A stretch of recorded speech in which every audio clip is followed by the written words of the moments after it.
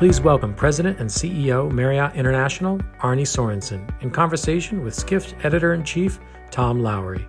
Good morning and welcome everybody to the first full day of the Skift Global Forum. We're really excited to have CEO of Marriott, Arne Sorenson, to help us kick things off today. Welcome, Arne, and thanks for being here. Hey, thank you, Tom. Great to see you. As we all know, Arne is no stranger to Skift Forum stages, but this is a first for both of us doing it from a virtual stage. So thank you, Arne, for pivoting, as they say, to our global forum. Yeah, well, glad to be part of it, Tom. It's always such a great conference, and I'll look forward to picking through the titles on your books when we're done. Thanks so much. So it doesn't look like you're at home or in the office. Tell us where you are today. Well, for the first time in 6 months, my wife and I busted loose last week. So we left Washington, D.C. area on Friday, and we took advantage of being able to control our own environment and took our car, and we drove from Washington to Minneapolis. So about 1,100 miles. It's the Great American Road Trip. Principal reason, of course, is to see my wife's folks, who we haven't seen since the pandemic started. But also give us a little bit of a breath away for a little bit of sense of change, I think, which we're all yearning for. It's great to see you back in a Marriott, Arne. If I can, this morning, I'd like to sort of ask you, if you could give us an update on your health. Well, thanks very much. It has been an interesting year and a half, of course. I got diagnosed with pancreatic cancer roughly the 1st of May in 2019. And the most concrete thing I can say is I'm here. I feel great. In fact, I feel strong enough to be fighting COVID-19, the disease that we're all fighting, as opposed to simply focused on my cancer battle. I've been through surgery. I've been through chemo. I've been through radiation. I am optimistic that I'm heading into the monitoring phase, which, of course, is an extraordinary gift. And so I feel good and really bullish about the future. That's great news, Arne, and know that all of us at Skift wish you well and a full recovery. Thank you very much. So to get started today, we are 8 days away from the end of the third quarter. We're more than 7 months into this pandemic. Can you just give us a brief, broad snapshot of where Marriott is in the recovery? And then I'll talk to you about segments and markets after that. Yeah, so obviously it has been a doozy of a year. We get COVID-19 showing up in China in late January. Business essentially disappears across the country as China shuts down, and our business goes to minus 90 to 95% by the time we hit the 1st of February. And while the details we're all starting to lose a little bit, there's a weekend in February where the virus shows up not just in South Korea and Iran, but shows up in Italy. And it becomes fairly clear, I think, at that point that it is going to be a global phenomenon, and of course becomes a global phenomenon. So by the time we're into March, that dysfunctional disappearance of our business has extended around the globe, and our business is down 90+%. These are unimaginable kinds of figures for those of us who have been in the industry for decades and decades and decades and thought that the worst would ever see would be something like what we saw in the Great Recession or after 9/11, which was sort of a minus 20 to minus 25. But what we see from there to today is a move from minus 90 to today, something like minus 65. Now, it's going to vary a little bit by segment of the industry. Obviously, the more the hotels are dependent on drive-to traffic, the better they are. The more rural or suburban they are, probably the better they are. The more urban and flight dependent and group dependent, probably the worse they are. But everything has moved up a bit from that minus 90 to minus 65. I think a piece of that is simply about human nature, that the longer we get used to living in this pandemic world, we don't ignore it, but we start to say, how do we begin taking steps back to normal life? How do we start to see the people we love? How do we do what we've done? How do we take a Great American Road Trip and get a little variety back in our lives? Hopefully sensibly, but still step by step and in the right direction. Great. You had mentioned China just at the beginning there. Let's talk a little bit about Marriott in China. Last month at a webinar, you said you expect the China portfolio to be back to pre-pandemic revenue levels as early as next year. Talk a little bit about how much group business and convention travel have returned to your hotel there. Well, China has come back very strongly. We're probably still down, I would say something like 20% compared to 2019 levels. But think about -20 compared to -65, and you get a sense of the contrast between China and the rest of the world. That is leisure first, of course, but it includes business transient travel and increasingly includes group, because business and economic activity has come back in China quite robustly. Now, I think the only thing we ought to keep in mind here is that one of the helpful tailwinds in China is that the Chinese are not traveling abroad. So if you look at what would have happened in 2019, for example, we would have had Chinese traveling not only to other destinations in Asia Pacific, including the close ones like Macau and Hong Kong, but Thailand and Indonesia and Malaysia and Australia, but they also would be going to Europe. And by and large, they are staying home. So there is a concentration of the travel that they're taking in China, which will help those China numbers. To some extent, it will not help in the same way the European or the rest of Asia numbers. Well, that was my next question. I mean, how much of those successes are unique to China? And are there any lessons that we can learn from either what Marriott's doing in China or what the society in China is doing as a whole to battle the pandemic? Yeah, I mean, I think the first lesson, of course, is probably hardest to apply now because we're so many months into this. But China reacted with extraordinary power when the virus first surfaced. They shut down the country. And by shutting down the country, I think they broke the curve of the virus in a way that probably hasn't been done in a number of other markets around the world. We can all debate whether that's the right thing or the wrong thing. It is what it is. But I think today, if you bring it to the American context, for example, I think politically, we're not going to go back to a hard shutdown. It's not feasible that the American society would accept that. And I think it's probably no longer clear that the kind of shutdown that they did in January and February would necessarily even deliver the same kinds of results in the United States that they appear to have delivered in China then. I mean, at the beginning of the summer, you were a little less bullish on the European recovery, particularly the hotels. I mean, has your outlook changed since then on Europe? Yeah, in fact, I could broaden it from that a little bit. When the virus seemed to resurge around the 1st of July in the United States, particularly, I became increasingly pessimistic. And you know, all of us, I think, go through this. We are in a uncertain time. We're in a time that's filled with emotions. Our rhythms are different. We're at home. We're seeing people face to face much less than we saw them in the past. We're trying to figure out how to apply these rhythms to our lives. And as a consequence, at least I've found that over the course of a given day or a given week, my level of optimism may change meaningfully. Well, first of July, when that virus was resurging, it worried me. It worried me that we were going to see folks crawl back into their holes, essentially give up the sort of preliminary steps that they took. And I learned an old lesson again. And this is an old lesson that we've studied in history. We saw it in the Battle of Britain in 1940 and 41 when the Germans were bombing London every night. There is a resiliency to human nature. And even if there's a threat on the horizon or a threat that is present, people understand that threat, start to not ignore it, but start to accommodate it, start to learn how to live with it. And so what we saw, I think, more in the US than in Europe, but certainly to include both of them, is that notwithstanding the virus coming back, people stepped out more and more each week. They're still stepping out more and more each week, even though our caseloads remain fairly high. The dynamics are different. Of course, Europe is very dependent on international travel. The United States, like China, is by and large a domestic travel market. And as a consequence, the numbers in the US are better than in Europe.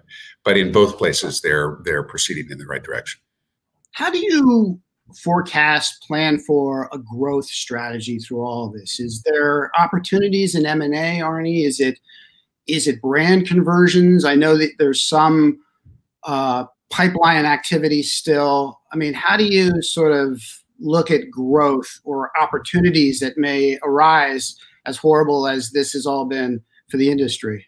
Well, that's obviously one of the things we're looking at. It was probably not the first thing that we looked at. I mean, I think our first agenda was how do we protect our people? How do we protect our guests? And how do we make sure we're working with our hotel owners to help all of them navigate through this in a way that they could be safe and that they could survive both personally and economically when we get to the other side.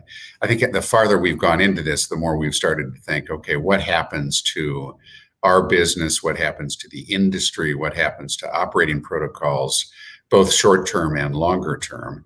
And I think one of the things that is crystal clear to us and probably somewhat similar to prior economic crises is that when we get to more troubled times, the power of a distribution system, the power of a loyalty program, the power of a portfolio delivers incrementally that much more than platforms that don't have that power. So if you go back to 2019, you're in the 10th year of an economic recovery. Occupancies across the industry were very high. Hotels were filled during the week. The relative value that we delivered, we thought was still substantial. But I think to some extent, the value has increased. And the second thing, obviously, is we will see hotels increasingly change hands. And that's probably more a 2021 story than a 2020 story. But as they change hands, that's when new owners step in and say, what's the best positioning for this asset going forward? And we've found in prior crises that that gives great conversion opportunities as well. So you're talking about brand conversions in that reference then. Absolutely, yeah. And M&A will watch. Of course, M&A is much harder to predict. We did the Starwood deal a few years ago, believing then that having a broader portfolio, a broader selection of choice for customers within our own ecosystem, a strong portfolio of luxury resort destinations, lifestyle brands, was conducive to a stronger platform. We still believe that to be the case. So if there are opportunities, we'd love to participate in them. So at Skift, we've written a lot. Matt Parsons is our corporate travel editor, and he's written a lot about what happens to that side of the business. You've been fairly optimistic that things will return to normal, but there's also the argument that things will not return to normal and that there will just not be as much activity, that sector of travel will contract significantly. Give us your thoughts on that, and how important is that for Marriott going forward? Well, maybe I'll take a data point that is just coming out as we speak. Obviously, one of the big issues we're wrestling with across the globe is what to do about schools. And all across the world, we've got different experiences or experiments about what we're doing with schools. Some are still virtual, some are hybrid, some are back to sort of a sort of normal kind of rhythm. And one of the things that's interesting to me, and this is just a fresher version of what we heard early in the pandemic. Early in the pandemic, what we heard from school administrations, whether it be high schools or colleges, was how seamlessly and brilliantly their teams moved to remote work. What did we hear from students, and what do we hear from students today? It's nowhere near as good as being there in person. Almost universally, the students tell us, it's not because of bad intent. They're trying hard, and we're doing what we can do. And by the way, we want to protect ourselves, but this doesn't compare to being there in person. And I think to some extent we can extrapolate from that to business travel, or to group travel, or to leisure travel for that matter. We started early in this crisis saying, all right, Teams calls or Zooms calls or conference calls or whatever tools we were using, we were responding to the urgency of this crisis. We knew what we had to do. We may or may not have made the right decisions, but it was all hands on deck. We were losing no productivity. We were probably gaining productivity. But as each month goes along, increasingly we are faced with every institution, whether it be Marriott, other companies in the industry, or other companies in other industries, or other kinds of institutions. What are we doing for next year? What are we doing for the year after that? How are we planning for the future? What are the disruptions that are likely to come to us? And the harder those questions are to answer, let alone frame, the more imperative it is that we're together and saying, how do we define the question first before we even define the answer? And that is an extraordinarily difficult thing to do remotely. And I think over time, we're going to see, as we did after the Great Recession, after we did after 9/11, after we did after the first Gulf War in the early 90s, for those of us who remember that, we're going to see folks say, Not tomorrow. We're not bouncing back like a rubber band and going to do exactly what we did yesterday, or what we did yesterday tomorrow. But within a few years, we're going to be back to a place where we say, you know what, the value we achieved by being together in our office, in that conference, when we negotiated that deal, when we were traveling, when we met with our customer, there is real value in that cannot be replaced by something which is digital. And so I think it'll depend on economic growth, of course. It will depend on company profitability, because they'll be managing that, particularly for those that have been hard hit. But I think we will largely get back to the kinds of practices that we had before in the United States and the rest of the world. And I think some of the on the personal side, the leisure side, if you will, we'll get back to collecting experiences just the way we were doing in 2019 and before. Let's talk a little bit about safety protocols. We've seen a lot of initiatives from hotels and across travel in terms of sanitary efforts as well. There's also been some criticism that a lot of it is sort of hygiene theater. What can you talk about in terms of creating a comfort level for your guests that they're willing to book? One thing I don't think we've heard a whole lot about is airflow, air ventilation. Can you talk a little bit about how do you sort of make a guest feel comfortable that they can actually go ahead and book that room at a Marriott? Well, so let's drill into your phrase hygiene theater a little bit, because I think it's an important one, and it's not. I know you offer it a little bit tongue in cheek, but we shouldn't discount it too terribly much. And I think actually, if you look at what CDC has advised all of us to do in our industry and across society, one of the things is temperature checks. Temperature checks is a very dubious tool for identifying who has the virus. We know that there are many who are asymptomatic, and the temperature check's not going to tell us anything. Nevertheless, that temperature check is a visible reminder. It's hygiene theater, if you will. It is a way of communicating to folks, we care about what you feel, and we want you to stop and think about whether or not you, in fact, have any symptoms. And we also want to communicate to you that you're now entering a place in which we've got protocols in place which are here to protect you and to protect others that are in the environment. And you put all these things together, and somebody has explained this like Swiss cheese. If you've got one slice of Swiss cheese, you're going to have holes in it and you can get through it. But if you've got 4 or 5 slices of Swiss cheese stacked next to each other, well, whatever gets through from temperature is going to be blocked from mask, or whatever gets through from mask is going to be blocked from social distancing. Whatever is going to be blocked from social distancing is going to be, or gets through from social distancing is going to be blocked from cleaning protocols. And so you put all those things together, and it makes a substantive difference in safety. We have provably reduced the risk of spreading the virus. And second, we have collectively engaged in a theater that tells us all, reminds us all, be careful. And by being careful, we further reduce the real risk associated with it. And that's what I think the industry is doing. That's what we're trying to do across our hotels, is basically say we're going to wear masks. We're going to have cleaning, hand sanitizers liberally spread throughout the hotel. We're going to have markings of social distancing. We're going to have barriers at the front desk. We're going to have different food and beverage protocols. Any one of them you might look at and say, you can be criticized for that not being enough. But collectively, when they're pulled together, we will both reduce the risk of virus, and we will earn the confidence of all travelers, which we must do in order to rebuild this business. Let me ask a stupid question. I mean, the idea of just opening a window in a hotel room isn't possible in a lot of places. Yeah. In terms of airflow. So how do you get beyond that in terms of creating that kind of comfort level in terms of airflow, Arne? Yeah, well, I think the guest room actually is not the riskiest part of a hotel. I think we know that they are well conditioned as it is, right?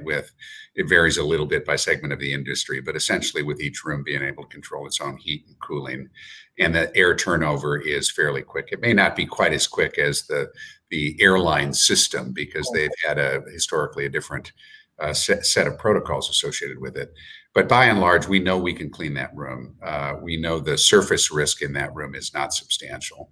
Once you're in your room, that is your environment, and you're pretty darn safe.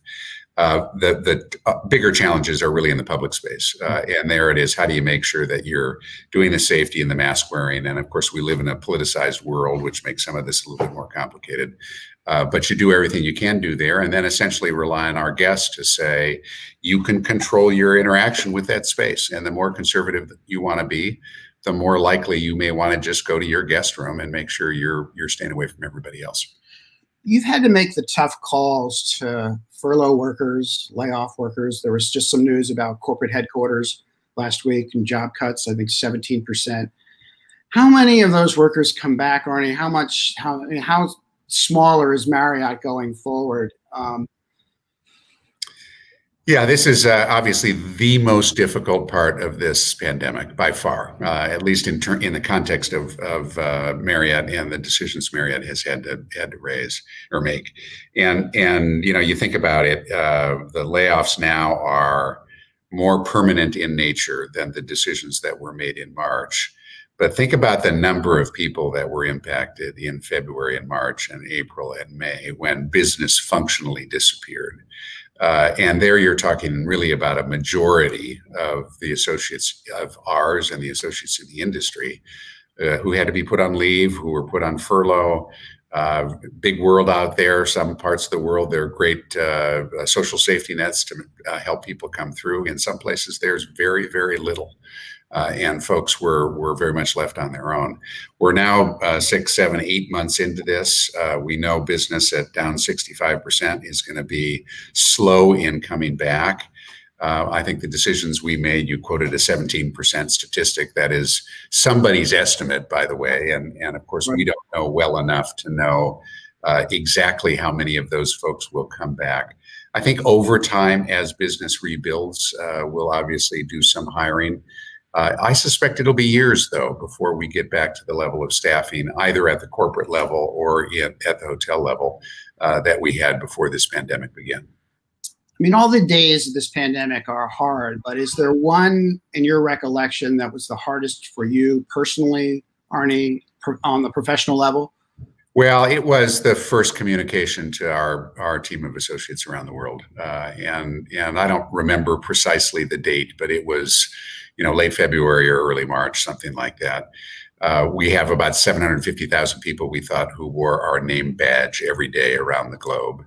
And going out to communicate to those folks the severity that we believed the pandemic would present to us, to them, to our business, was a gut-wrenching kind of communication to have to give. And there was only one way for us to do it, we thought, and that was to do it personally. And of course, personally in that context meant by video. You couldn't do it with a written email or a written admin bulletin.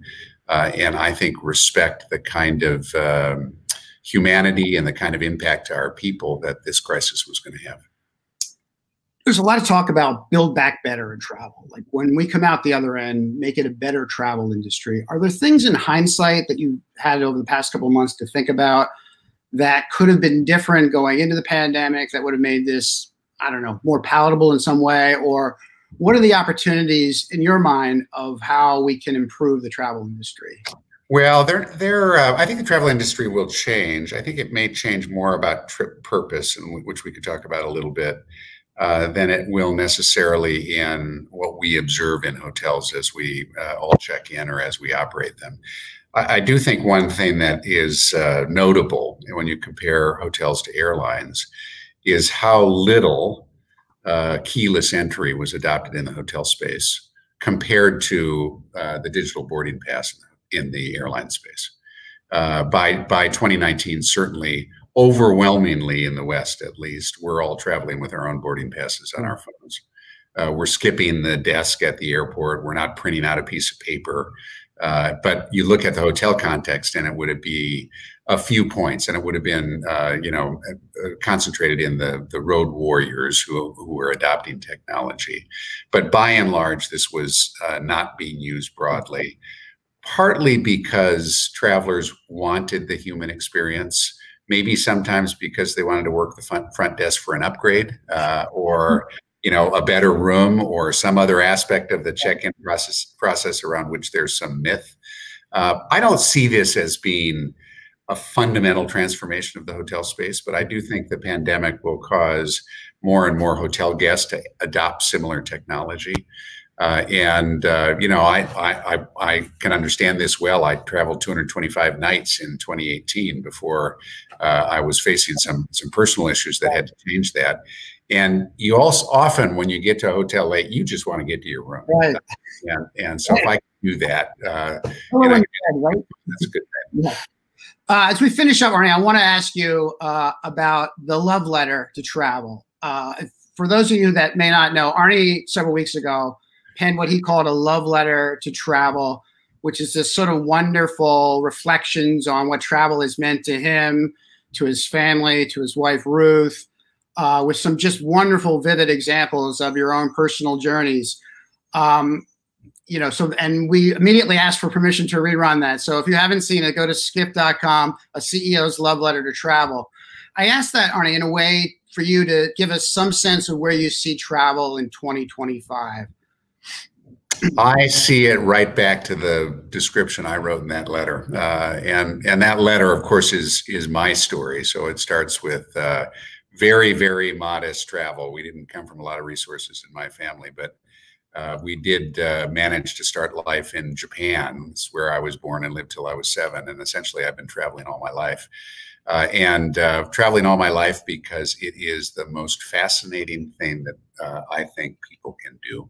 We can learn about each other, and as we learn about each other, we learn about ourselves.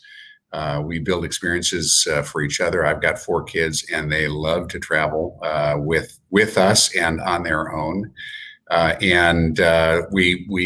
we're all together, and as I mentioned at the beginning of this, I'm on the Great American Road Trip to see my wife's folks, and we are trading stories about their lives too, and the Depression era kids.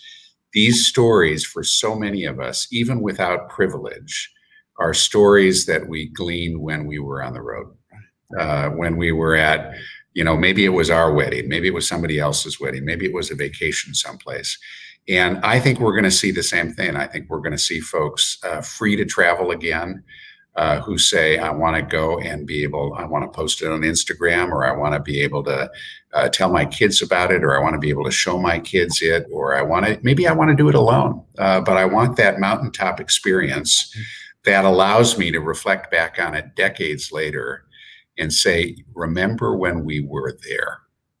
And that will never be replaced by anything else. Great. Arne, thank you so much for this important discussion today and for helping us kick off Skift Global Forum. You bet, Tom. Great to see you, and enjoy the rest of the conference. Thank you all, everybody. Be well.